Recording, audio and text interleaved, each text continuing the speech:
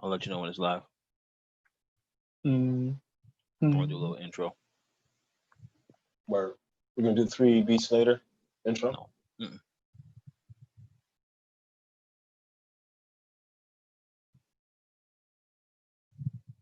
It says streaming. Yeah, it's already live. So, yeah. So basically, we are here today, this evening, to talk about some tips that we recommend for producers who may know their way around their DAW, but need some tips when it comes to what they're making or what they're creating. What So is a DAW? DAW is a program that we use, um, like Fruity Loops, Ableton, Cubase, any digital. Um, what does DAW stand for again? Digital audio workstation. That's exactly what I said. Digital audio workstation. So digital audio workstations, like Reasons, Fruity Loops, anything where you house your music and you import sounds to create more music. Um, that's your DAW. So um, these are just a few tips, things that we use regularly, and we're gonna break down and then go into what we do and kind of have a little bit of hopefully it helps you increase your productivity and slows down that brain clogness that you get when you can't create. So P's gonna go first and show some tips, and I'm gonna jump in after. Word. My name is Piso, the Earthtone King. Piso Earthtone. And yes, this is 3 beats later, and just some quick tips about using your DAW and producing sound production. I'm gonna go ahead and just turn my lights on real quick, just so y'all can see my controllers. So, oops, hit the wrong button. Here we go. We live, y'all. We live. So as you can see, I have 2 controllers here. I have this APC Key 25, and I have this Launchpad X. And I use both of these controllers together in tandem. Now, the reason I like to use 2 controllers is simply because I kind of get the best of both worlds. If you look at the APC Key 25, which is a bit older, it's an older controller. What I like about it is I have some knobs if I want to do some live adjustments. I have, I don't know how many keys, or 20 keys or so, but of course I can change my octave. And then I have my session launcher. So I can control my entire session from this grid of keys right here. So it's pretty cool. The Launchpad X is really interesting because it's essentially a collection of pads, and you can do all types of really cool things with it. It has a custom mode where you can load up different custom kits. You can play keys on it. You can tap drums on it if you want. You can do a lot of different adjustments. There's a lot of really cool things that you can do with it, and I haven't really even begun to scrape the surface of it. But ultimately, I use both of them in tandem, just simply because working with Ableton, such as I do, it's cool to have some controllers. So I'm gonna go ahead and play a beat real quick just to show y'all how I use my controllers. Give me 1 second.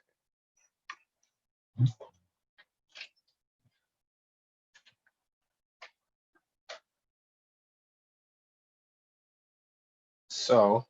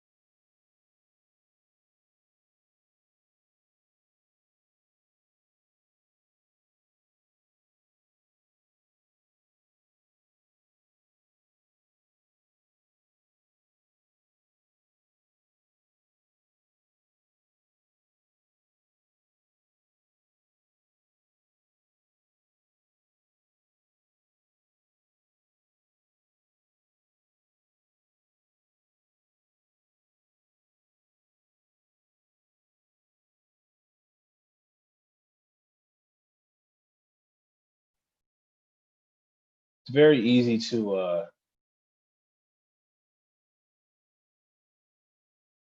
sorry, I don't know how long I was muted for. So it's very easy to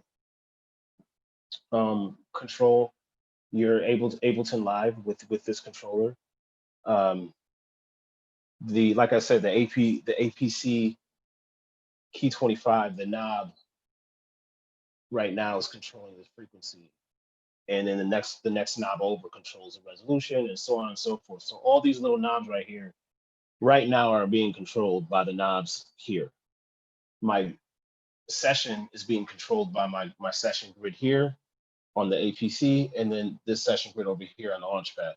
All of this is automatic once you go into your settings. So just quickly, just to show you, when you go into your settings, you go to preferences, and once you pull up your preferences, you go to your MIDI, and as you can see, I have the control surface linked to Launchpad and APC. So changing it, once you plug these in, initializing Ableton to control it is super simple. So the main thing I just want to show you really quickly is how I play a song in Ableton using my controller. So like I said, I have these three different tracks here. This one is a sample, and the other two are drums that I've arranged. So if you look over here, you can see my arrangements here in each one of these sessions. So I like to play scenes. So scenes go from left to right. So if I play this first scene here, going left to right, I'm playing everything that's in this scene. As you can see, there's only one thing in this scene, and that's this one sample. So let's go ahead and just do that. So the way I would do that on the Launchpad is just to hit the last button on that row, and that triggers that entire row, which has that one instrument in. Super easy, super simple. But the way I have my setup here is that because I have my APC also attached, I get that same control over here. So it's a little bit duplicative because I have the same session control on two different controllers. But the reason I have this one over here is because I have knobs here, and I really like knobs. I am known as the knob master. So currently, this knob is controlling the frequency. So if I twist it, you'll see the frequency right over here move as I twist the knob. So I'm gonna have fun with that as I play this track. All right, so let's hit the first session and see what happens.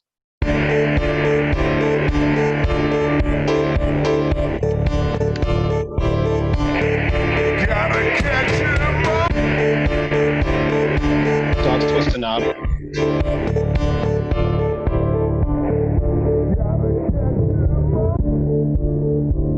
Simply a cool effect just to bury the sound a little bit.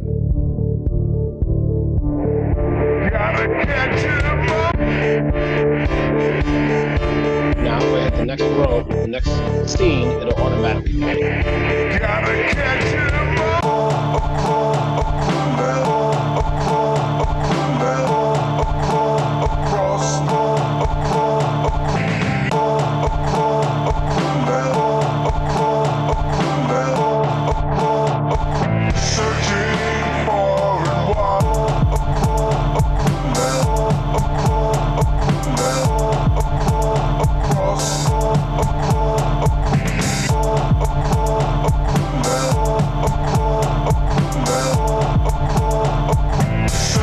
Next row.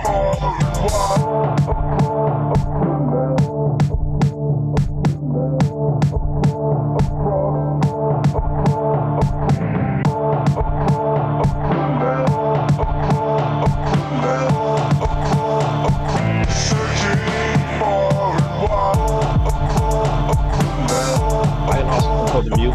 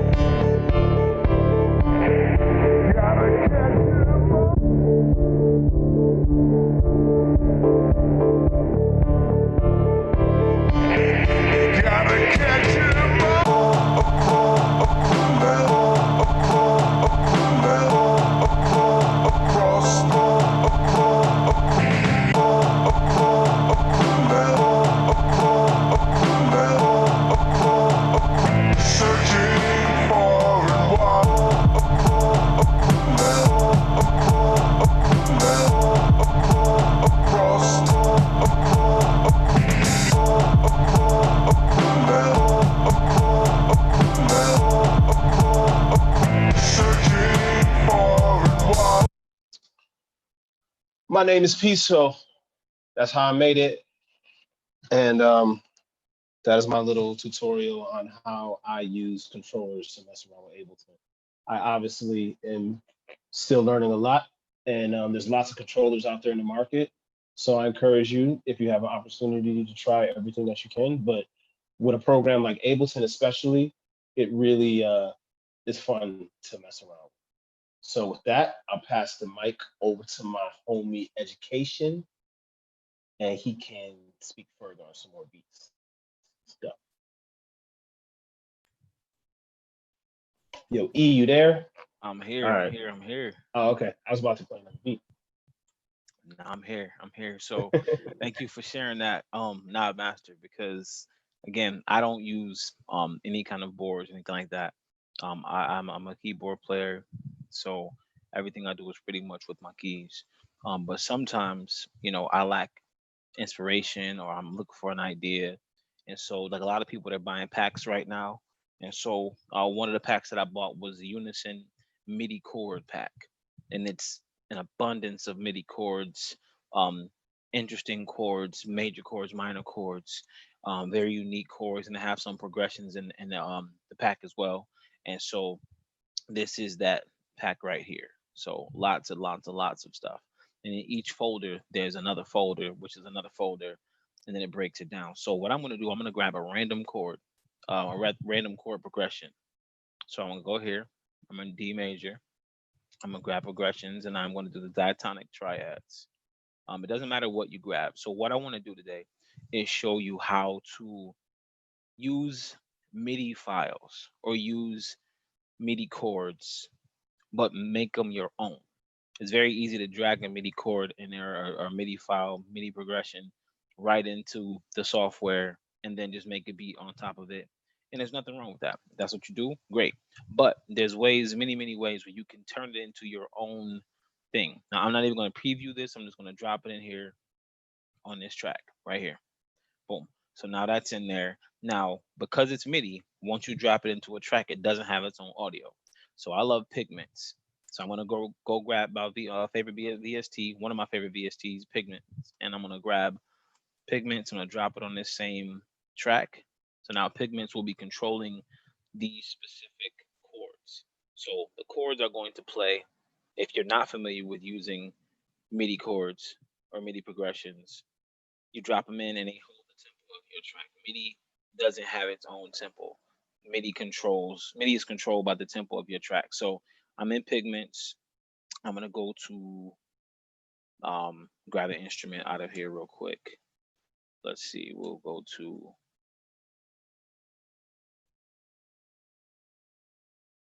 I'll grab keys and I will go right.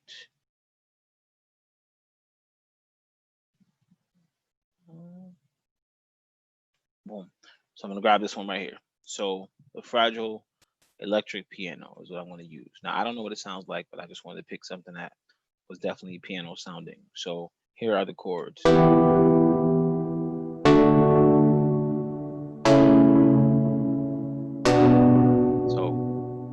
those are the chords, they're looping over. So of course, what you could do is go and just grab a beat or make a beat, make a drum pattern, however you want to do it. And that will be perfectly fine. Nobody can be mad at you for that. You grabbed the MIDI, you paid for it. It's yours to use. However, there are ways where you can make this your own and kind of tweak it so it's not the same thing someone else will grab and drop into a track. So the first thing I always do is change the pitch. I always change the pitch. If I use chord progressions or chords from somewhere else, I change the pitch. And so you can do that super easy. You double click on the actual chord channel that you dropped in. You right here on this pattern right here, you double click on it, which opens up to the note view. And I'm calling it note view. I don't know what they call it, but this is what I call the note view. And so it drops down to the note view. Now, once you highlight everything, you can literally tap up or down as much as you want until it sounds good to you. So I'm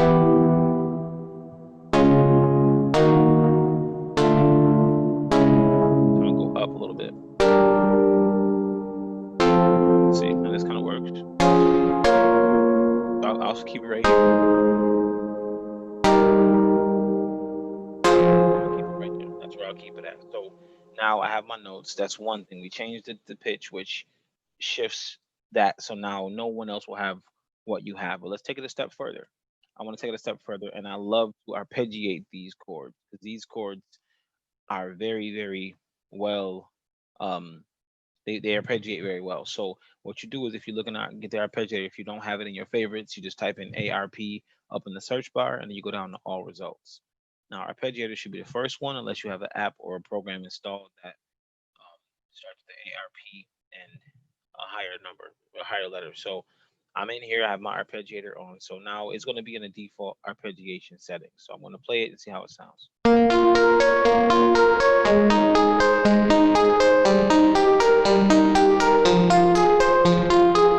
So now we have that. So that's that. Now that's with the basic. I dropped it right in.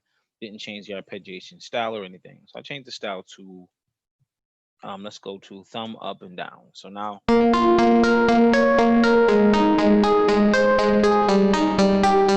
that changed it up a little bit more, but let's open up the gate so it has the notes have more room to breathe. And then we increase the steps, and the steps basically how many octaves we're going to go up with the notes that we're using. So how many times it's going to go up, or how many times before it loops back to zero. So I'm going to do 3.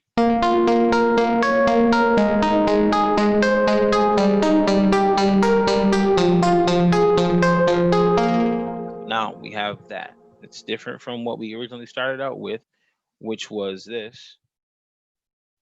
It was in a whole different pitch. So now we've already eliminated some of the bigger problems of using packs and loops and things like that.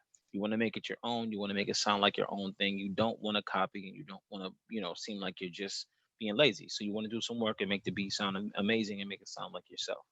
So that's one effect, the arpeggiator that I added on there. So now we can go in and we can even get a auto filter, which is an audio effects.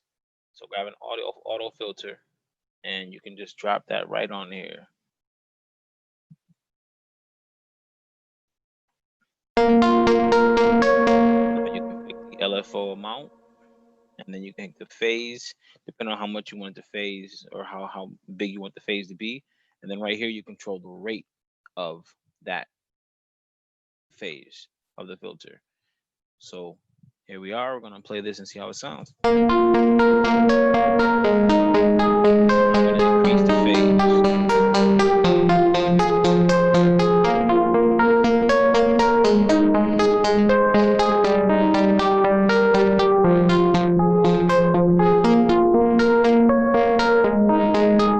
that's another small change. Now, so we have so many people selling packs online with drum loops, percussion loops, hi-hat loops, all types of stuff. And I use them. I use the hi-hat loops a lot.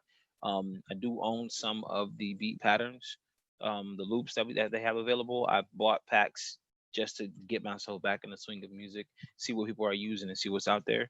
I don't use them often, but I love to know what's going on, and I love to know what people have. So one of the huge ones that I've seen and I have a lot of are cymatics. Um, Cymatics are pretty cool. They have a lot of free ones on their site, but I'm gonna grab the first thing that I see that has a drum loop. So drum loop, and then the top loops are cool because what it does is it has the hi hats, a little bit of percussion, and it has your snare. So if you want to just have your top taken care of for you, has no bass drum, no kick drum, and so it's it just goes over whatever kick format or process you put in. Now a lot of them do sound really well with a whole additional beat. But for the sake of this tutorial here, I'm just gonna drop in anything just so we can see how we're using this MIDI file right here. So we're not focusing on this. I'm just showing you. But what we're doing is basically using this to create a beat that's original that doesn't sound like what it was when we started out. So here we are. I'm gonna drop this in here. I'm not even gonna check it first. I'm gonna drop this one. Looks active. I'm gonna drop this one in. Boom. So now the first thing I always do, I go and I listen to it to see how it sounds. Isolated by itself. So I like it, but anybody can have this. So I want to transpose it a little bit. So that sounds good to me. So now bring it in. So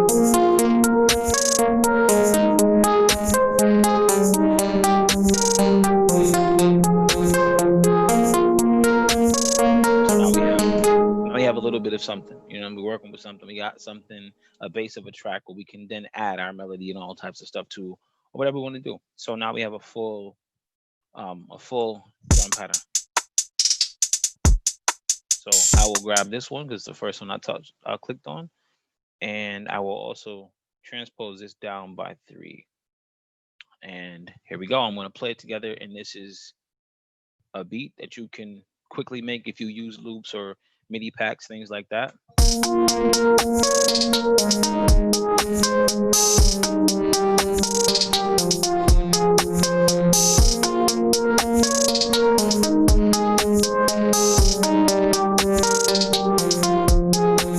So that is something that I wanted to just share with everybody because a lot of people are selling packs online. Um, and when you sell packs online, a lot of people, the assumption is that you're going to grab the sample, you're going to load it into your DAW, you're going to make a beat around that sample, keep the sample the same, it's identifiable, and if someone else hears that same loop or same MIDI progression and they bought the same pack, they'll identify it, they'll know. When you switch it up and change the change the pitch, arpeggiate, add filters, add any kind of effects, and I encourage you to play around with whatever effects you can, whatever additional resources that you have in your DAW. Play around with it. Make that sample, make that MIDI file, make that loop your own. And that way, even though you're using loops, even though you're using MIDI files that are pre-created before you got into working on your song, you can make them your own, and from there you have complete control about how that arrangement goes. So this is the only thing I wanted to show you guys, just how to use loops, MIDI files, and make them your own and switch them up a little bit so it's not so obvious that you did buy a loop pack, because there's thousands and thousands and thousands of people buying the same loop pack as you. How will you stand out when you put your beat out there? So I'm Education Pete's. I just wanted to share that with you guys. So this is how I switch it up. So I definitely want to thank everybody for tuning in tonight. Just a quick um, little session that we have. Me and P were talking about what we can do. Corey's not here tonight. Um, awesome, awesome, Shout out awesome Corey. news. Yeah, shout out to Cheeky CP. Um, his child was born, so he's not with us tonight. So we had a challenge all lined up, and we have to postpone that challenge. So we did want to come on and talk to you guys, share some of what we use, some of the tools we use, and different things of that nature. If you have any questions about any of the beats that you've seen on our videos, any way that we made them, any format that we use, let us know. Hit us up, and we are more than willing to share whatever we know, whatever we use with you, because it's all about everyone elevating. So again, this is 3 Beats Later. Thank you for tuning in. We will see you back very, very, very soon. But until then, peace.